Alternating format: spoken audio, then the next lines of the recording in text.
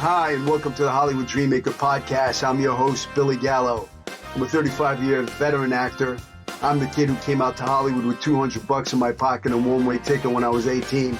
Didn't know a soul out here, and I've been living my dream ever since. I've had an amazing career. I've been an Academy Award-winning film, blockbuster film, hit TV series. You name it, I've done it, and I got the IMDb credits to prove it. 6 years ago, I opened up my own school, the Manhattan Actor Studio, where I found my true passion. That's teaching the craft of acting, but not only teaching the craft of being the guy. Success leaves clues. I know how to make dreams a reality. I did it for myself, and I do it on a daily basis for my students. And I can help you achieve yours. Welcome to my podcast. Let's get started.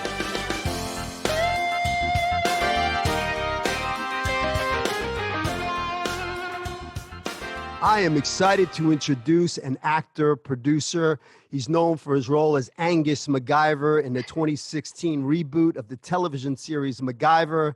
He's appeared in a number of film and television productions, including roles on Hannah Montana the movie, The Spy Next Door, Monster Trucks. He plays Havoc in the X-Men film series, X-Men First Class, X-Men Days of Future Past, X-Men Apocalypse. He's got a big film coming out real soon, Son of the South. I am super excited to introduce my guest, Lucas Till. Welcome to Hollywood Dreammaker. Thanks, Billy. I appreciate it. Good to be here talking to you. It's good to see you, man. It's been a while. It's been a minute. I know. I was thinking about this, and I think the last time I saw you was we were doing magic trick. Oh, it was actually at our friend's house, or it was at that wedding, or whatever. What was that? Was it a wedding? What were we at that one time? It was a wedding. Yeah, it was yeah. One of Andy's friends' weddings. It was kind of an impromptu thing. Yeah, that was a good time. Yeah. It was fun time at the wedding. But we first met, I don't know, about 6 years ago. You came into the Manhattan Actor Studio. We were doing a table read for a film that I was helping Andy produce. And I remember when you walked into the room and, we did the table read. And I said, and I believe I said it to Andy, I said, I got to tell you something about this kid. I said, this guy's got something special. This guy is going to be a star. I knew it. I could listen. I've been in the game a long time. I got 35 years in the game. I've seen a lot of people come up. Back in the day, Robert Downey Jr. used to hang out in my shitty little apartment in Burbank. I remember Johnny Depp when he, had his, sleeping in his car. I knew Ray Liotta when he first came into town. I've seen so many actors come into Hollywood. I've seen a lot of them go. I've seen people have success. But there's something about you. When I met you, I said, this kid has got the it thing, the star power. And you do. And shortly after, you booked MacGyver, and you've been doing that for the past 5 seasons. Yeah, going on 5, exactly. Yeah. Wow. Yeah. So awesome. Congratulations. That's a big accomplishment. Let me ask you, what's it like to step into those shoes? MacGyver was a big hit TV show, and then you're stepping in the reboot. Yeah, it was honestly, I have a really good ability of tuning that out for a period of time to a degree. So, it was kind of difficult every now and then. It's just, everybody said it like, you're stepping into big shoes. Are you going to be able to handle it? It was like, so I was just trying to not talk to those people for as long as I can. I didn't need a reminder because I'm already hard enough on myself, a little way too hard on myself. And I'm slowly learning to get better about that too. Anyways, by the time that I think it was probably year 2 that I realized all caught up to me at once. And I realized whoa, I'm playing this character that people know. It's international because we were doing something for CBS. It was in Monaco. And then we went to Spain for a second. And I thought I had done something wrong because all the security is pointing at me and going, looking. I was like, oh no. I must look like something. I did something wrong, a criminal or something. And then I get to it and they go, you are MacGyver. You are MacGyver. So this was after year 1. And it was already showing enough in Spain that even when I was in the airport, mall going through stuff, they were like, MacGyver, MacGyver. So, I started to realize this show was an international hit already before I came in and started doing that. And then, so, going in, yes, there was a little bit of pressure, but like I said, I just blocked it out and tried to act like I didn't care. Tried to act like I didn't care about it because, it was big shoes to fill. And by the time we were going strong, we were already there, and we had done a good enough job to stay there, I guess. That's what I'm trying to say. So I've jumped ahead. I mean, I'm excited about your role in MacGyver, but the show is, my podcast is called the Hollywood Dreammaker Podcast. Right. And my goal for this podcast is to inspire young artists. And if you have a dream to be an actor, and maybe there's people that don't believe in you, and you don't know where to get started, and you don't know what to do, and there's fears and doubts. I'm living proof that, it's possible. You're living proof that it's possible, that if you have this dream, this passion in you that you want to be an actor, that it's possible. You can do it. If you go after it and you go after it like you mean it with a vengeance, and you really go and you have the passion for it, that you can achieve this dream. Now, is it tough? Is it a bumpy road? Absolutely. But it's possible. It's possible. Yeah, So for here's what I sure. want to do. I'd like to go back. Like, when did you know that you wanted to be an actor? What was your journey? How did you get to, MacGyver? Well, that's actually a great question, and I think about it rarely until someone asks me, and I never have a good answer because I don't think about it enough. So I started doing that. It's crazy that you're asking me all these questions too. We talked about, because I've been thinking a lot about it, and quarantine's given us all a lot of time to reflect, I'm sure. So when I never really thought about it. I mean, because I was 10 years old, I never thought about being an actor, I guess is what I'm trying to say. But I always loved impersonating people, doing voices. I could entertain myself all day long. So I think what happened was, I don't think this is what happened. We got a call from an acting school. It's called John Robert Powers. I'm not sure if they're still around, but anyways, I think they meet up. At some point they started with a group of people, but then people refer other people that they think, well, I know this kid, Dana's son would probably be good for this, right? Whatever. So they ended up calling out of the blue, which is pretty crazy. And then I went in and I like auditioned. You have to audition to take classes essentially. And I guess I did some like peanut butter commercial audition or something. It was a cold read and did well enough. So I started taking classes there, and I really enjoyed it because we kind of moved around a lot. And I was also kind of too shy to really play sports, or I was also too small. Like I was tiny until about my junior year of high school. So I really didn't do a lot of, I mean, I did jujitsu in high school, but I didn't have anything to do when I was 10, and we kind of moved around a little bit. So this was like, my mom was like, this is a perfect outlet for this kid. So we're going to keep doing this. And I don't know how my parents afforded that. So I need to give a big shout out to my parents for being supportive in that way.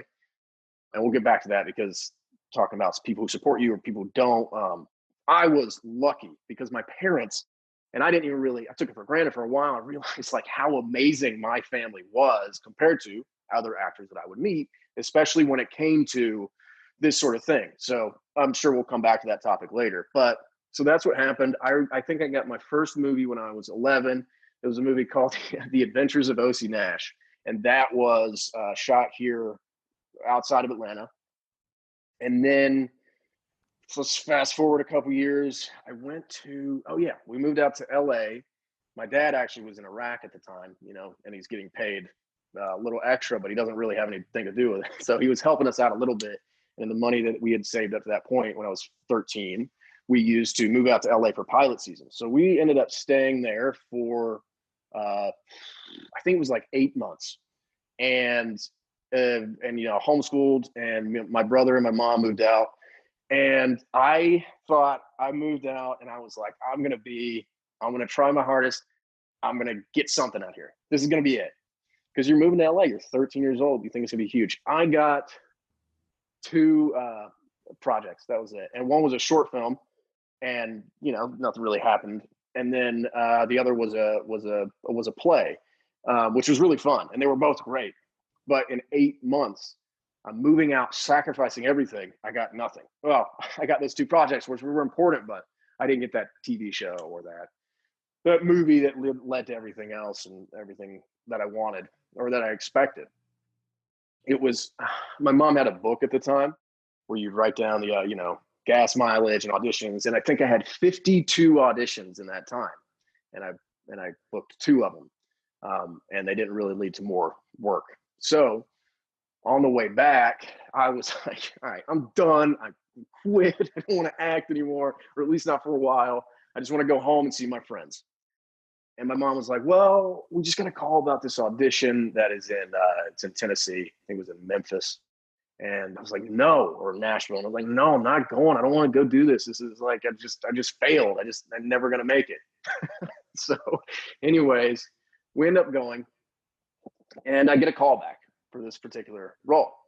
And then I think my dad was home for his 2-week R&R from Iraq, and we went to Disney World. And I got this call back. And I was like, no, my dad is home from war right now. I'm not doing this. I don't want to act right now. And she enticed me by telling me she'd bring my cousin with me or something. So we leave Disney World, go to this audition, and I ended up booking it. And that movie was Walk the Line with Wow. Reese Withers. Yeah, exactly. So, and I played the brother, Johnny Cash's brother, who died when he was really young. And that was cool. That was cool. I mean, that was nominated for Oscars. I think Reese won, and it was crazy. Yeah, that So was then a great. there's that. That was a great film to have be your first film. Yeah. Well, yeah, I think it was one of my first. I had done some other ones, but they were like, they didn't take off, but they were a great experience, especially when you're a kid. And then and then again, I was just kind of defeated. I was 14. It wasn't like it led to too much more after that, but I had done some independent films. They were fun, and then I just kind of got caught up in being a teenager, I guess, and I got another call. My agent was talking about I kept going in to send in tapes, and it was just I would have to, especially when what was I 16, I was 17 years old, and I was like, something happened with my agent, and she had a split with her partner at the company, and so she couldn't be anywhere within, like, I don't know, 100 miles, arbitrary number, but it was something like that. So I had to drive really far, and I'm in high school, and I'm like, man, I gotta either do homework or play video games or go hang out with my friends, whatever I want to do. And I was just so defeated because I kept going out all the way out to wherever it was, and I would put myself on tape, and nothing would happen. So finally, my agent calls me and says, hey, I really need you to come out to do this tape. And I can't remember how she got me. I was just like, look, it's not going to work. It's a tape. You got to be in LA to get the audition. It's not going to work. So I go, and I now know that's not the case at all. So I go to see her, put it on tape, and now I'm told that I'm going to be flown out to LA to screen test with Miley Cyrus for the Hannah Montana movie. Yeah. So, and I had given up, I was like, man, it doesn't work. It's just too much, whatever. And I was lucky at those points in my life to have someone to push me. And then later in life, I would have to push myself. But I had given up. I had just given up at those both of those times. And that's when something happened. But you also have to do the work. You have to study. When I was a kid, I'm not going to lie to you. It took me until about recently to realize it's not about all these other things that you will try to do to feel, because you'll read a book about Peter O'Toole and you'll think, oh, he was drinking all the time, or whatever you grasp onto. You think that you need to do this, you need to, maybe some people like to get high, but then they're stoned in the tank and they can't do it. So there's all these weird things, and all it comes down to is study. That's all. Know your lines backwards and forwards. Everything else will do the trick. And it took me until a couple of years ago, until I did MacGyver, to truly realize what I was talking about. So, and then, cut to, I did the X-Men movies, and MacGyver I really didn't think was going to happen. And I had never wanted to do network television. When I was a kid, network was not cool to me. I wanted to be in movies. And then so I went in, I didn't really expect to get it. Really well. And then I ended up getting it, and it's been the craziest part of my life for sure. So I just want to rewind a little bit. Okay. I want to go Yeah. back to, there was a beautiful golden nugget that you dropped right there, which was, you know, never give up, because you never know, that very next audition is the one that puts you on the map. So It you is. just keep on going, you keep on going. You get those no's, get 52 no's, you want Hmm. every no brings you a closer to a yes if you keep on going and you keep on pushing and Yeah. you keep on working on your craft and you keep on banging. One of these days, that preparation and that opportunity are going to meet, and then the Correct. magic happens. That's what Exactly. happened with Hannah Montana, and that's what happened, put you on the map. You know, so that self-tape audition, that you were like, well, they're never going to give me the part because I'm all the way over here. Well, right now with COVID and everything that's going on in the world, the future of casting is self-tapes. And I think, Exactly. I'm telling my actors all the time, I said, listen, you better get really good at become a self-tape machine. Get yourself a nice Yeah. setup in your room with some backdrops, some lights, Yes. because that is how you're going to get some work. You want to Absolutely. perfect that. You want to be working on that right now during COVID when you have this downtime, working on what is your castability? What kind of roles do I see myself playing? Well, if I see myself playing a guy from, Kansas, well, then maybe I should work on a Kansas accent. Or if I, Right. Yeah. find out what your castability is, work on that, master that. So when the opportunity shows up, you don't have to try to learn that Irish accent the night before the audition. You already worked on it. Right. You did a monologue. You already have that prepared. It's Yeah. about preparation. Yeah. And the preparation is happening right now. I didn't think of, I was just lucky enough because I'm passionate about certain things like that, like accents and stuff like that. But when I look back, it wasn't because I was winging it. It was because I was preparing all the time. I'm constantly watching movies, imitating these people, talking about it with my friends. That is, study doesn't mean work that you hate and you do in spite of the fact that you got to do it. It can be fun. It's supposed to be fun. And It has to be fun. exactly, it has to be fun, or it's not going to work. And Well, so, yeah, sorry, go ahead. you just hit a key word. Fun it's that's what it's all about. It's about Yeah, yeah, Halloween, man. When you put the wardrobe, the costume on, you step that's into the true. shoes of the character, and you're free to play. That's Yeah. what acting is. I know a lot of actors that have, if you look at their IMDb, they got 100 credits on there, and Hmm. they stop working. And I started asking myself, like, why aren't they working anymore? Because it Hmm. became a Yeah, job for them, yeah, because they stopped having fun, because they needed the job to get the insurance. They put so much pressure on them that the yeah. fun was no longer there. So the key to lasting in this business, the key to making it in this business, is staying in play, because acting is fun, because you can create a character, and you can if you go into that world, like, when I would audition, I would never go me, Billy Gallo, going into a room in front of a bunch of producers to audition. Hmm. I would never do that. I would bring the character into the room. I Right. Yeah. Whatever the given circumstances were, I'd ground myself in a real place. I talk to a real person, and I'd be in Yeah. the Yeah. wardrobe of the character and everything, and I'd be having fun. And when I'm Yeah. having fun, they're having fun. If you see an actor Right. trying to survive the audition, that they're in their head and they're in fear and hoping what Yeah. people are going to think, that's painful to watch. Okay, Yeah. so For everybody, there's the a people in the big room. difference. Yeah, Right. I mean, I've been on the other side as a producer in casting, and I've watched actors that are Oh out. yeah. They've made big choices. They're having fun. They're playing. I'm enjoying them. Yeah. Actors need to know that casting directors want you to succeed. They want you They to do. win. They They want you really to do. be the guy for the part or the girl for the part. Yeah. You make their job easier. And here's the Yeah. thing is, even if you don't get the part, but you went in that room and you made some big choices and you were having fun, they will Yes. remember you. That Of casting director course. will become a fan of your work. And maybe next time, 6 months down the road, she's casting a big film, and she goes, "Oh my gosh, let's bring Lucas in. Remember what he did last time Yeah. he was here?" Has that ever happened to you? I absolutely. I wish I could remember the moment, but it was ooh, it might have been X-Men, because I remember actually I knew one of the casting assistants at that time was the woman. She was married to the man who wrote the play that I was in when I was 13 years old. Now, I don't think she initially called me in for that reason, but she said hello, or maybe she did. Maybe she mentioned to her casting agent, like casting director, that you should bring this kid in because I remember he was in my husband's play when he was 13 or whatever. But that definitely happened. I mean, I know that I've been brought in on other stuff. Or, for instance, so I'll probably end up talking about this guy a lot. He's my buddy Mike. He actually lives in this house here with me too. and he is an actor in Atlanta who's done pretty well for himself.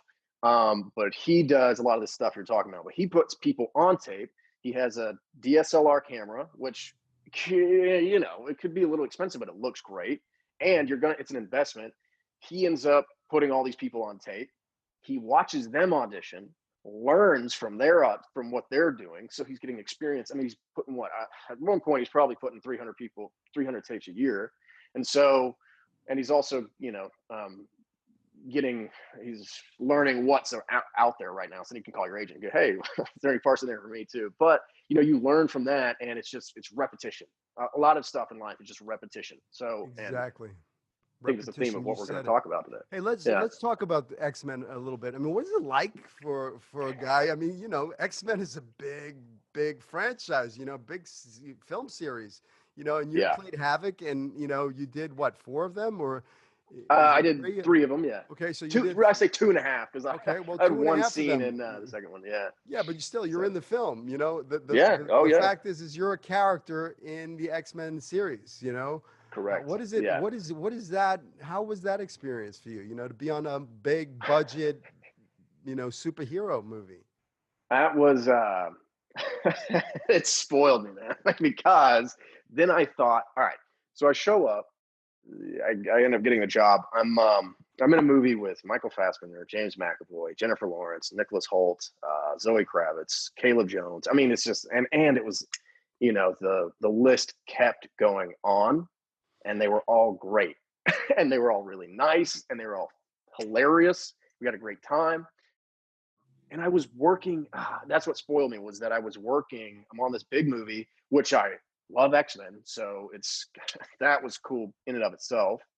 And you know, you're shooting a page a day, and you're living in London for 4 months, and you're just having a good time. And I think at that point I was 19, so I could go out and drink, and I could have fun and do all this stuff. And you know, you got a trainer that you can go, you know, if you want to go, you could wake up every day if you weren't working and go train with this guy Ed Chow, who's incredible.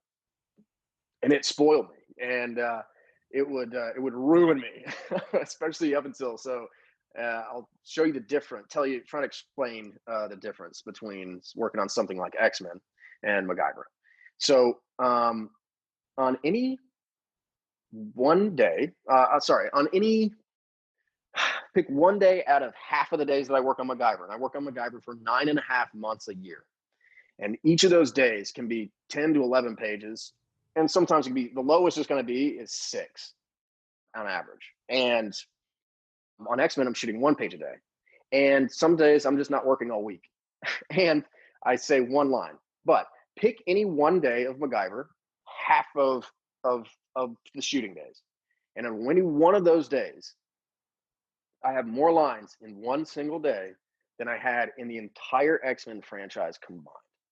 So that work, that schedule, you know, hanging out with all these really fun people, and we have enough time to go hang out and do cool stuff and even just relax on set.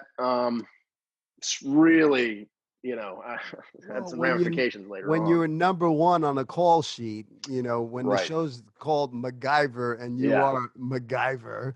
Yeah. That's a lot of work. You know, people don't realize that how much work, you know, people think, oh yeah, it's on TV, whatever. But you know, sometimes there's 16-hour days. You're working, you know, 16-hour days, 90-hour weeks. Some weeks you're not getting a break because you're going to work, bringing your suitcase to work, so that on Friday after your 15-hour day, when you want to rest, you get on the plane, go to New York or LA, wake up with probably not great sleep, go do press all day Saturday, then fly back Sunday. Actually, one day I flew back Sunday night into Monday morning, didn't sleep. I didn't have any breaks, and that was 3 weeks at a time. And it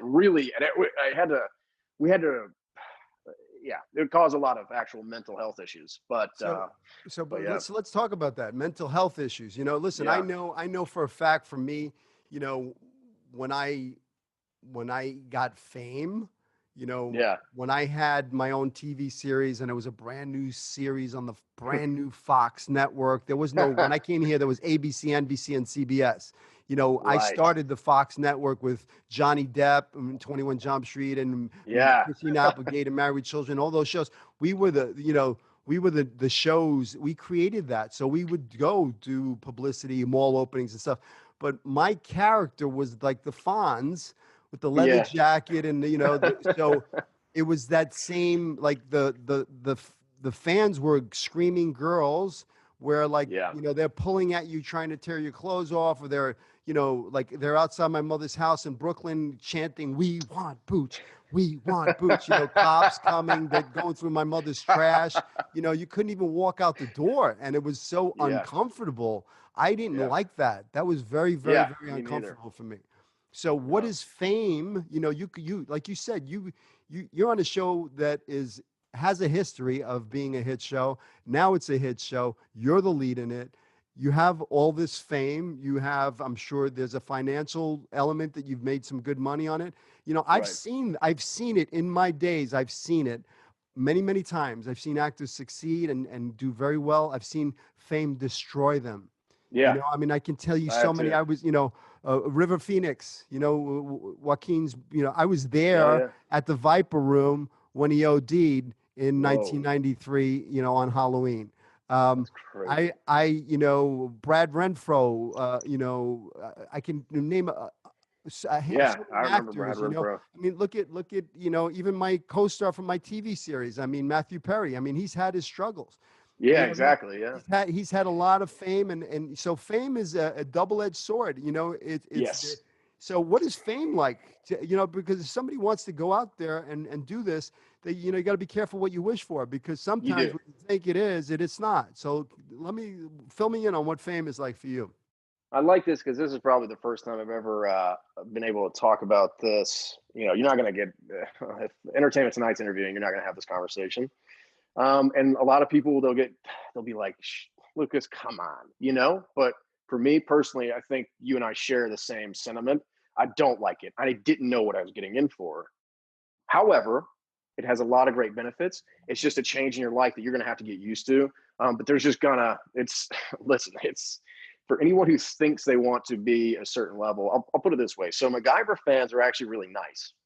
MacGyver fans are about middle-aged or into senior citizens, and they're like really polite, and they're like, "Oh, But the fans that are usually the craziest are Hannah Montana fans, because I was the forgive me to say this about myself, but I was the heartthrob in the movie, and I'm affecting young girls at like they're 13. They were 13 at the time, and they're still playing it, I think, and so it just keeps on happening.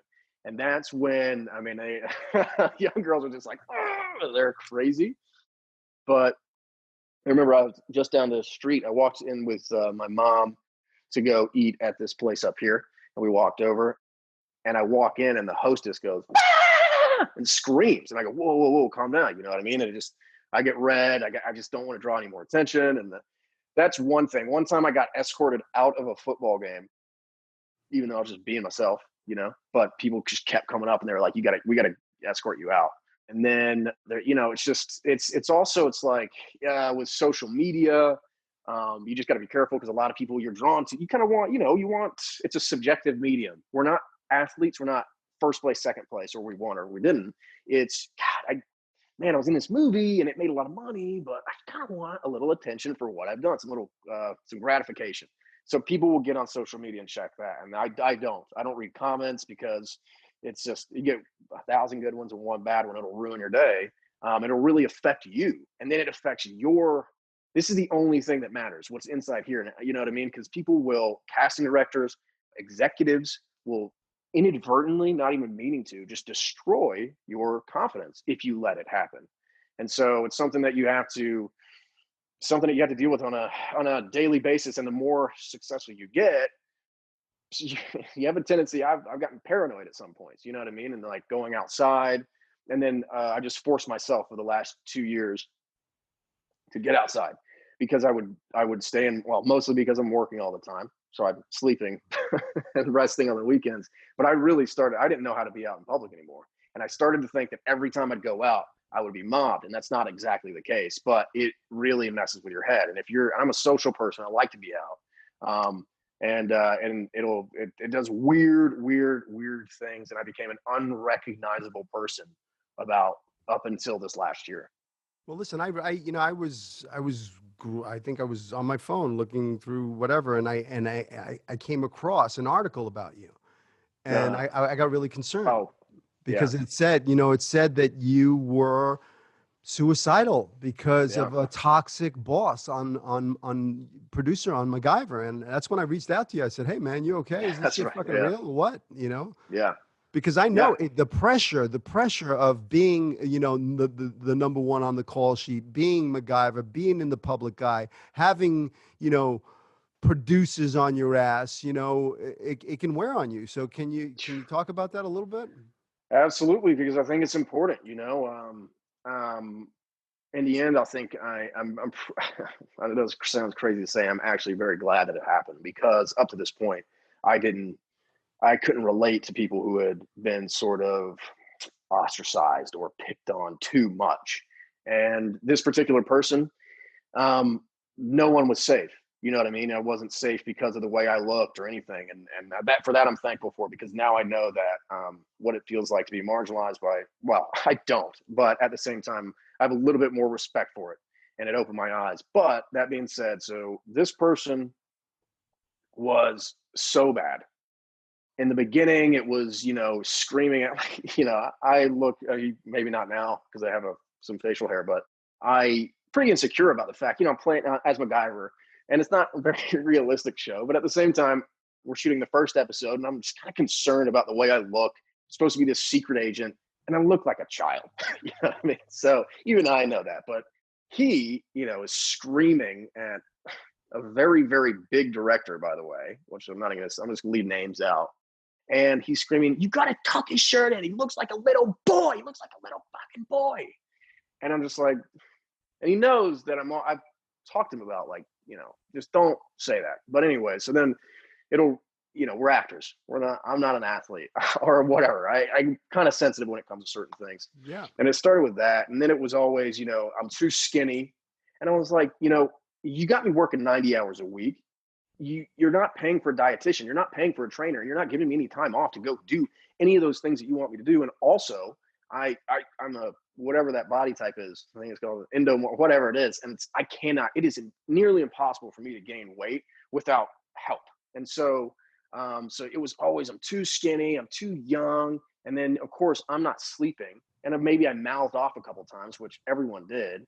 And then it was this unassailable position that he was in. You know what I mean? He is the Sun King. You can't touch him. And so he would pick on, after the first year, I told the president of CBS at that time, studios, you got to fire this guy. It was hard to explain because it was sabotage. I would later find out that he was making sure that we were it gets cold in Georgia. It gets 19 degrees. It was 19 degrees outside, and we were asking for jackets in the scene and in perpetuity for all the times that it's winter here. I just need a jacket. So I thought it was just negligence or whatever. I found out he was deliberately putting us in short sleeves, making sure that we couldn't wear jackets, telling my costume designer no jackets. So yeah, exactly. It's a weird sadistic thing. It's a narcissist. He's a narcissist. It's a power trip. And and it beyond. And I tried to do this, and then I tried to have him removed, but I didn't have as much evidence as I would later. And so he kind of got checked a little bit because I went to tell on him. But then what he would do was he would just hide his comments about me, because the first year I was reading text where he was like, you got to be a good leader. I'm like, God, I am. I think I'm trying to be. He's like, it's all on you. You need, I can't believe you would do this. And it's like, it was gaslighting, constant gaslighting, telling me I'm not good enough to be MacGyver. And maybe not in that way, but he was. And then I remember, I was talking about I had to do voiceover on top of everything. So now it takes me about 20 minutes. Okay. And that's all it really requires. However, back then I remember I got done with, I did 6 hours of voiceover on a Sunday. I should be resting and learning more lines. I did 6 hours. He wouldn't listen in. He's at home, probably hanging out with his family. And then with no direction, right? And so I'm just guessing with this acting coach, seeing if we can get this right, right? So I get it done 6 hours, which should take 20 minutes. We then go in, and so I go back on Monday. I remember distinctly it was a 15-hour day, and my directing producer comes up to me and goes, we have to do it again. And I was like, what do you mean we have to do it again? What was it a technical issue? He says, no. So what is the note? He just doesn't like it. So it's him. And now what I know about him is it was sadistic. He just wanted me to working into the ground so that then I would misbehave so that they could then again blame it on the crazy actor. And I had another co-star who did enough of that. So anyways, it was crazy. And what he did to other people, I ended up talking to writers. He would, I mean, I can't tell these stories because I want to keep them protected, but he would scream, tell them it's not hard to be, it's pretty bad. Racist, homophobic, just everything bad. Please tell me this guy, they got rid of him. Yeah. Oh yeah. He got stripped of everything. Awesome. Yeah. No, it was actually good for you very for impressed. stepping up, because actors need to know that those higher ups, those Harvey Weinsteins, those people in power, you can raise your voice and you can say, you know what, I don't feel comfortable doing this. Right. This is not right. You have to protect your morals, your the way you feel. You can't let somebody try to destroy you. You got to speak up, and bravo to you for speaking up and letting people know that this guy was a tyrant.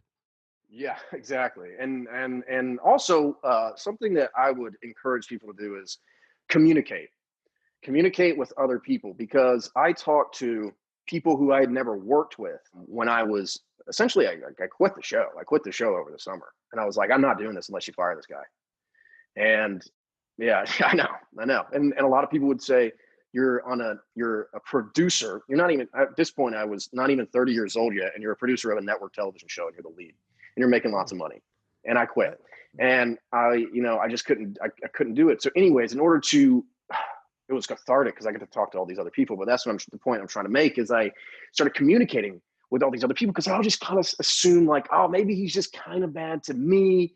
And I didn't realize he is, every single person dislikes him, including members that are, people that are, I'm going to try and not talk about that, but like people who are very close to him don't even like him, because he's incapable of being a likable person, because he's all about material things. He's very sick, It was like he was in this unassailable position, but when you started talking to people, you got all this evidence, and you were able to overwhelm him with positivity, essentially, as opposed to just fighting. Fighting never worked one-on-one. Even if he wouldn't do something to me, he would start picking on someone close to me and telling her she's, anyways, I'll leave out the, Well, that's, first off, congratulations on being a producer of a network TV series. I mean, that's pretty friggin' big. That's pretty awesome. Yeah. It's awesome for you to step up and say, you know what?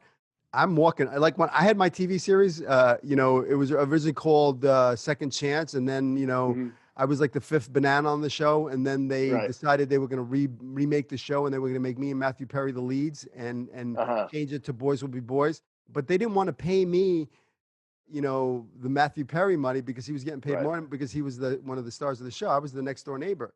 But then all of a sudden they wanted to make me and him the leads of the show, but they didn't want to pay me the money. No.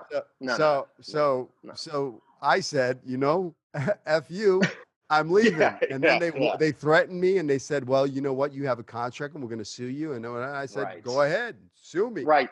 I'm not showing up to work. So guess what? You have a TV series. Let him do the show by himself, Yeah. And exactly. they legally, they threatened the shit out of me, and they said, but they didn't, did they? They were going to ruin my career, and they told me, and all that stuff. And then, on like the last minute, all of a sudden they said, hey, we're going to give you what you want, and you can't tell anybody, and I was like, okay, cool. Just give me the money. And so, but exactly. Bravo, it takes a lot to walk away from a TV series and go, you know what, I'm walking away. I'm not going to put up with this. Right. I mean, it took me 4 years, and essentially it's hard because they will, the only thing that they think that we want is money. And so that's what they'll sort of entice you with. And then it's like, man, I don't think you get it. because you're not dealing with the psychopathic behavior the abuse was just not worth it. I don't care how you could have paid me quadruple what you're paying me now, and I still would have said no, and unless he was gone, and ended up doing it. So, man, there was something in there that you had said that I wanted to elaborate on, but it was the anytime someone tells you that they're going to ruin your career, they won't. I've had 3 people tell me this. Well, kind of. It happened to me twice, and it was because I was doing the right thing, and it was because I was standing up for myself. And one time it was just negligence. I mean, we told them what to do. Essentially, I was on an independent film, and I had done X-Men before that. So this movie is about $1 million budget. X-Men was like 115 or something. So we had told them before, I think I had even said this, not just my reps. It was like, hey, just schedule one weekend or one like 3, a Friday or a Monday. So I can take the weekend and fly to this or whatever, have a plan set up, because I'm going to have to do press for X-Men. And I got to do that. Nah, just negligent. And so then we end up, and then it happens, right? And then all I had to do, I ended up leaving set on a Friday, going to New York on that night and doing press Saturday, coming back or whatever it was. And it was all fine. It was all fine. But then one of the producers who was actually at the management company that my manager was at, which is, it seems like you should be more supportive, but he ends up threatening to sue me. And I was like, guys, but Fox is going to do that. And they have a lot more money. So I don't know. And we told you about this. Anyways, threaten to sue me, threaten this is going to look so bad, going to end your career. When someone tells you they're going to end your career and it's because you're standing up for yourself, keep standing up for yourself, because it means you're about to win and they're scared. Bravo. But absolutely. Also, don't be too reckless. But as long as if you're doing the right thing, as long as you're doing the right thing, stand up. Correct. So, you mentioned, so I have my listeners, hopefully are young aspiring actors that have the stream, and what advice do you have for, if you could go back to the young you, the aspiring actor, the kid that, maybe doubted himself a little bit, thought about quitting, or, what advice would you give you? Man, I would give myself advice, except for the fact that I feel like those are things that you're supposed to do and go through, right? But I'll tell you what, I had, it's so much doubt. And don't get me wrong, a little bit of doubt in a subjective medium as an artist or whatever you want to call it is normal. And if you're a little too confident, that's kind of weird anyways, right? So understand that if usually the only thing that's getting in the way is yourself every single time. It could be you're overthinking it, you're too nervous and whatever, but think about it. It's like you're not going in that. Those casting directors aren't doing that to you. You're doing it to yourself. Now, I know that's kind of broad, but whatever that means to you. So if that means you just got to sit there and run those lines 100 times with find a family member, find someone who hates doing it with you and just make them do it with you anyways, over and over and over and over and over again until you can't say anything other than those lines. And then you go in the room. And maybe you can't put that much energy into every audition, but if you put it into a couple, it'll turn into every audition over time. And that's what I wish I had told myself when I was younger, because I honestly would get a little too caught up in just partying, and then I would not put enough effort into it, and I'd be like, damn, dude, why was I so nervous? It was like, Lucas, because you didn't know the lines. Yeah. And I have a talent for memorizing really fast, so I think that I can get away with it. But you can't always, and you can't, especially if you want to be the lead of a TV show like I am now, I couldn't do that anymore. Every single night, Mike downstairs would come in, and I didn't want to, even now. And I mean, it's just because I'm working every day, and he'd be like, no, let's do it. And I'm like, all right, cool. And of course, all my anxiety for the next day would be gone because I just spent the time to do it. That's it. It's, I believe that, how do you get rid of those nerves? It's preparation. The more prepared you are, the better you're going to be. If you fail to prepare, you've prepared to fail. Yeah. That's it, you know? Yes, exactly. It's so good. So it's really being, outworking, out choicing, out prepping the other actors. I mean, that's how you book a job, because if the other guys are coming into the room and they're trying to survive the audition and hope that somebody likes them and hope that they don't forget their lines and hope, Hmm. and then there's a guy that comes in the room and he knows that shit backwards and forwards and he's Yep. made some big choices and he's got the wardrobe of the character and he's in play and he's having fun and he's rocking it and he can just rock the room and not worry about getting a job. Just go have some fun, walk Correct. out Yes. confident, boom. That's somebody they're going to remember, but Correct. What that's you just said. The preparation. for reparation, and also don't worry. It's so tough. It's so tough what I'm about to say. But you have to put all of your effort into the preparation, but you can't care about getting the job. Because when I didn't care about MacGyver. That sounds ridiculous. It sounds like I don't, like I take it for granted. But I was like, you know what? I don't, and it's network television. That'd be cool, but man, it sounds like it might be not that great. I don't know. Who knows? So I went in and whatever. Anyways, I don't think they had too many choices too. And it was like, because I didn't care, but you have to be careful about that. Because when you say you didn't care, people think that means you don't care. And I care so much. How can I, you know what I mean? But it's that sort of just don't worry about getting the job and go in there and have fun. You'll get the job I and be agree. prepared. So, so you talked about nerves, you talked about, studying lines. How do you deal with nerves? Do you still get nervous? I mean, you've been doing it a while, but what's your cure for nerves? I mean, besides preparation, what Yeah. is your process for memorizing lines? You say you pick them up quick. So what is your process? Do you write them down? Do you, how do Yeah. you, what do you do? You know what? I hope if you here, I might actually, yeah, look at this. Look at this. All right. So what I do now is the first, obviously read it first. Then you do this. So, and it's kind of important, right? So this is actually from MacGyver. I don't know if you can see that. So what it is I put a little star and then I write it all in all caps or whatever you want, but you have to make it pretty. You know what I mean? You have to make it look good. And when you do that, you are already doing the first part of searing it into your memory by writing it down, making it legible, taking your time. And all I do is I write out my lines only. And then not only does that the first part of searing into your brain, but when I'm on set, instead of flipping through my sides, which I don't do anymore, you can only see them in your pocket anyways. And I've seen them in takes. I've seen people's sides popping out in takes. Instead, I have this one little sheet in my back pocket. Boom. Shiva, that's what it was. Nikola Tesla. Boom. Done. And so it's a low profile way of, and it's the tiniest little crutch because I know even me sometimes I feel like I need that. I don't. 99% of the time I don't look at it. But the knowing the nerves kind of when you know that you got this little tiny crutch, low profile crutch that you spend a lot of time making right here. And if Love you're an that. actor, yeah, right, yeah, it's worked really well. So if you're an actor, just prepare. And I'm saying this because I didn't do it. I didn't do it, and that's probably the reason that I didn't get those things earlier that I wanted so bad. Yes. So I believe, if you write it, you Mhm. invite it in here. Interesting. I like that. So when you Yeah, have that's to true. actually spell it out and go A, B, Yeah, your brain is you're putting it into your brain. I yeah, had a yeah. guest who's a neuropsychologist on my podcast, so Oh I wow. didn't come up with if you write it, you invite it. I stole it from him, and he's a Okay. neuropsychologist. I But love that though. it makes so much sense because you're Yeah, it actually does. writing it. Yeah. For me, I know, just trying to memorize it, you didn't write it. Those aren't your words. But when you actually write it in your handwriting, Yeah. like you said, make it in capitals, make it all pretty and stuff like that. Yeah. When you write Yeah. it, you invite it into your brain and then Correct. it's in there.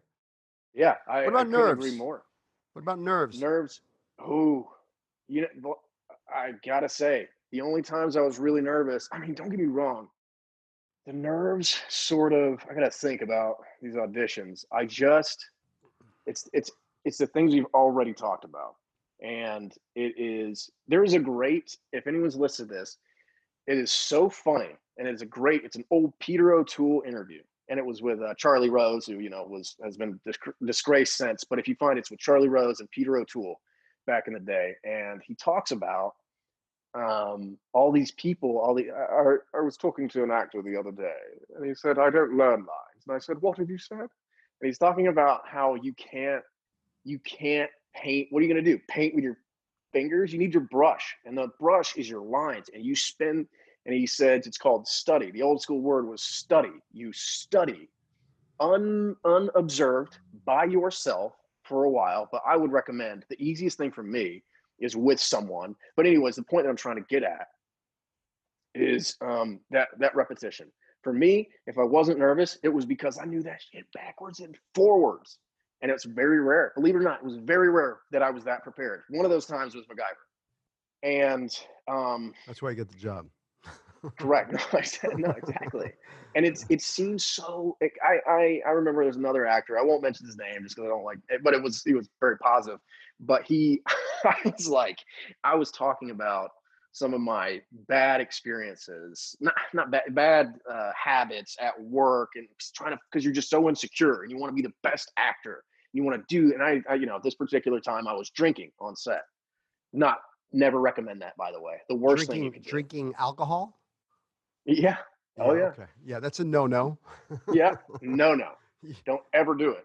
I pulled it off, but not, but I wouldn't recommend it. It's not good for you, and you don't need it. But especially because you hear about these actors' tricks. A lot of these actors will do interviews and they'll talk about something. They'll be joking, and you'll read it and be like, that's what I got to do, right? Whatever the habit is. The Heineken technique. I call that the Heineken technique. Correct. So I was talking about this with an executive. It's and then he interrupts me. He goes, what I think he's trying to say is we all have, and he said it perfectly, and I'll butcher it, but it was like, as actors, especially as young learning actors, you're always trying to reach for that thing, that technique that's either going to take you to the next level or make you different than other people or whatever. And what I'm saying is the only thing you really have to do for the audition is prepare. And then you get in the conversation of what is that? And that's what that is for me. For me, the easiest way, that's very helpful when I don't have anybody. If I can say the lines out loud, back and forth, 3 rehearsals, I'll have them memorized. For me personally. Unless it's like, I'm a MacGyver, I have to do a lot of science. So that, I'll write. Yeah, and the other thing that Mike, yeah, exactly. Well, correct. Yeah. And also if you research, if it's science, even if you think you can't understand it, look it up on Wikipedia, then go to the next website. Once you understand it, boom, now you have it memorized. Sure. People think they need to memorize that. So I'm talking about myself, by the way. An actor prepares. Yeah, exactly. That's all it is. That was the secret the whole time, was that I just needed to prepare. But I always loved flexing to see how fast I could memorize it, just be done with it. And it was lazy, and it was just irresponsible. And that's why I didn't get the things that I wanted when I was younger. But it all works out in the end. But I couldn't stress it enough. I got to tell you something. I watched a trailer for Son of the South. Oh yeah. The other day, and I was blown away. Let me tell you something. I see like I said, I see a bright future for you, brother. I see big movies. I see like Leonardo DiCaprio kind of stuff, man. I really thanks, man. I appreciate it. I'm not blowing smoke up your ass. I really believe you're very talented, and I see it. We've been right so far. Yeah. So Son of the South, right? That's what. Yeah, man. Yeah, I'm really, really proud of it. So that just premiered at a. Sorry, looks like you were going to say something. Well, where did it premiere? I want to see it. Oh, well, it'll be out in I think it's September 19th. It's going to be out on either digital or it's going to be limited, and then it's going to be on digital right after that. So that movie is we watched it the other day. It was premiering at a digital film festival, and we were all like, my brother was there, my buddy. We were just like, what? This is so good. This is by far the best thing that I've ever personally been a part of, I think, ever. And the quality, for one, but also the timing. It's a true story about a guy named Bob Zellner. And Bob was a white kid in Montgomery, Alabama, who was curious and didn't really understand why all this, racial segregation, but just everything about everything that was going on as the civil rights movement was picking up. So he ends up joining the Student Nonviolent Coordinating Committee, SNCC. This is about the beginning of his journey. being a part of that and attending marches, but being a white guy joining the movement and just watching it from his perspective happen in front of him and how it changes him. But his grandfather. This is all true. His grandfather was a Klansman. He was in Wow. the Klan, and then he ends up joining the civil rights movement. And Spike Lee was an executive producer. I think I either read this or Barry, the director, who's edited, I think, almost every Spike Lee movie. So they've been friends since Do the Right or She's Gotta Have It.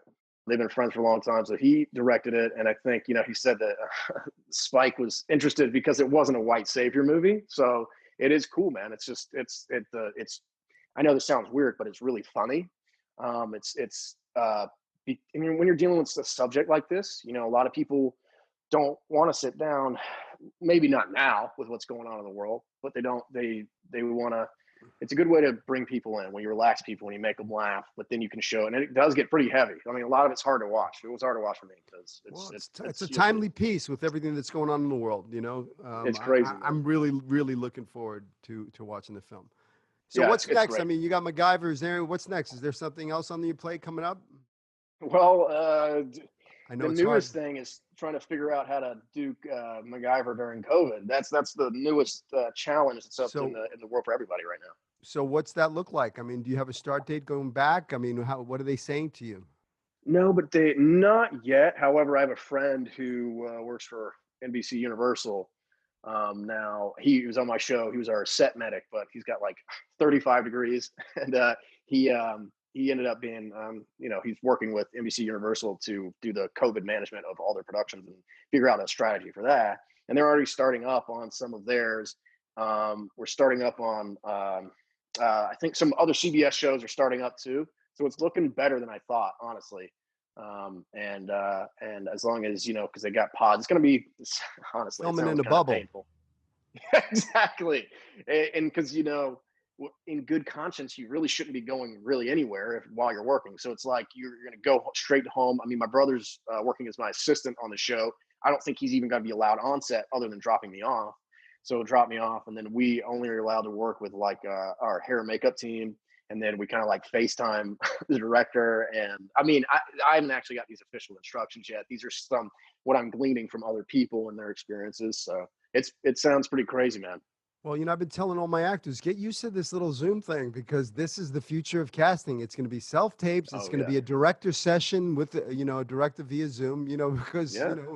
social Why not? distancing and everything. So who Yeah. wants to drive an hour to Hollywood when you can have a Zoom call and be done and you're still in the comfort of your own Exactly. home? Exactly. Exactly. No more 3 hour there and backs to Yeah. Santa Monica So anymore or this is the whatever. future. So, really get comfortable. Really get comfortable with your self tapes. I Get agree. comfortable doing. Make sure you frame yourself up. You light yourself right. You get all your ducks in a Yeah. row because this is how you will find work. Yeah, correct. Exactly. And the self-tape thing. I mean, my buddy, he does it all the time. And it looks so good, especially with the DSLRs now. Yeah. It's such a high quality. It makes you look great. And if you're self-taping, you have control of the audition. So Exactly. You could do it all those 20 times. nerves. Get it right. But you know what? Don't give them an audition. Give them the performance. I don't want to see an Yeah, actor exactly. acting. Just show me the Yeah. character. Just commit 100%. I don't want to see any sides in your hand. I don't want to see any of that. Yeah, no, yeah, You're doing it from exactly. your home. Give me the freaking character. Just give me the performance. Make sure the Listen, background is right. well, exactly. And one thing that I mean, this isn't the rule book because there is no rule book. You can figure it out on your own. Some people think Make it your works own better, but rules. correct. But I personally never try unless I've been given a cold read. Obviously, that's understandable. Just been given something, and then, but for the most part, I walk in with the sides, and I never use them. I roll them up, and I walk in, and right before the audition, I make a point to drop them on the ground, and then I do the audition, so they know it's a flex, but still, it's like I know that I have this. So, Okay, there's so something what I'm saying you is this. just your behavior, that ounce of behavior is worth a pound of words. You just told them confident, Correct. you know. As long as Uh, you don't mess it up. Yeah, if you got to bend down and pick up those sides and then open them up because you forgot your line, then you're screwed. I'll tell you a quick Yeah. funny story. One time, I had an audition for a role. It was like 3 scenes. It was like 12 pages of material, And I stayed up all night memorizing those lines. I worked on them backwards and forwards. The third scene was my favorite scene, right? So I'm in the room. It's CBS. It's Don Bellisario, the producer. I get to the end of the second scene. They say, thank you very much. And I was like, can I do that third scene? And they said, thank you very much. And I was like, come on, man. Please, let me do the third scene. That's my favorite scene, right? So they said, go ahead, do the third scene. So now here I am. This is me, the cocky guy with the rolled up sides in the back pocket. But when I was sitting down in the lobby, my sides fell out my back pocket. So they weren't even in my back pocket. So I get to the third scene. Halfway through the third scene, I draw a blank and I'm like, fuck, I don't even have my sides in my back pocket. I don't know what to do. So Don Bellisario looks at me and goes, you should have stayed with the second scene. Exactly. Yeah, that's funny. Now I'm beating myself up because I thought I just ruined it. Long story short, I got the part. No way. See? So now we're on the set. Now we're on the set, and I'm goofing about it. And he said, "Kid, I knew you were the guy after the second scene. After the first scene, I knew you were the guy. I didn't need to see the third scene." But I didn't know that. Me, I was like trying to get it. I need to show you my talent. The third scene, he gets angry. That's, So, if somebody says thank you very much, that means thank you very much. End of story. Exactly. Don't push, that means they saw what they needed to see. Correct. Listen, I usually do like a 40-minute podcast. We're like an hour into this thing because I'm so enjoying our conversation. Yeah, man. I can't thank you enough for coming on. I believe this is your first podcast. It is. So I am honored that you were on my show. You're the first podcast. So I really appreciate it. I mean, you really dropped some serious gold. I wish you much success in your future. I know there's some bright things ahead for you. I have no doubt. Thanks, you're very talented. You're a great guy. I call you my friend. I look forward to hanging out, when things calm down, getting together and I know. Over at Andy's house or something. We'll all get together. We'll I love that. Have a little party. Do the people who listen, I don't know if I'm going to get in trouble for this. Do the people who listen know how good of a magician you are? No, nobody knows how good of a magician I am. It's incredible. I still tell people to this day, I'm like, why? How does Billy not, how does he not make a career out of this? You are an incredible magician. It's insane. It's insane. Anyways, the people should know that. And thanks for letting me tell my story on your podcast, my friend. So thanks. Listen, stay safe, stay healthy. Thank you so much. Appreciate it. And I'll talk to you soon. All right, man. Sounds good. Take care, brother. Be good. All right, man. Hey, thanks for listening to the show. Please rate, review, share this with your friends. Subscribe if you haven't. Please take whatever you get from here, the golden nuggets, and apply them to your career. Go after your dreams with passion. Don't let anybody tell you it can't be done. I believe in you. Follow your dreams. I'll see you in Hollywood.